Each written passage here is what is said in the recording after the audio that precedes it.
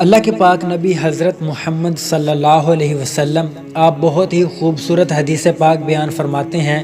آپ فرماتے ہیں لوگوں کی عورتوں کو پاک دامن رہنے دو، تمہاری عورتیں پاک دامن رہیں گی۔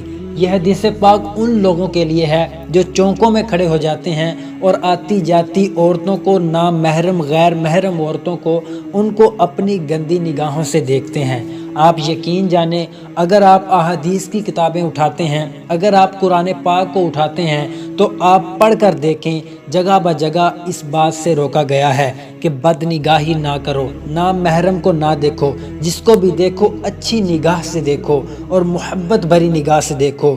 اگر پہلی نظر پڑ بھی جائے تو اس کی معافی ہے، پھر ٹکا کر نگاہ سے دیکھتے نہ رہو، اس سے منع ہے۔ اللہ کے پاک نبی فرماتے ہیں لوگوں کی عورتوں کو پاک دامن رہنے دو، تمہاری عورتیں پاک دامن رہیں گی۔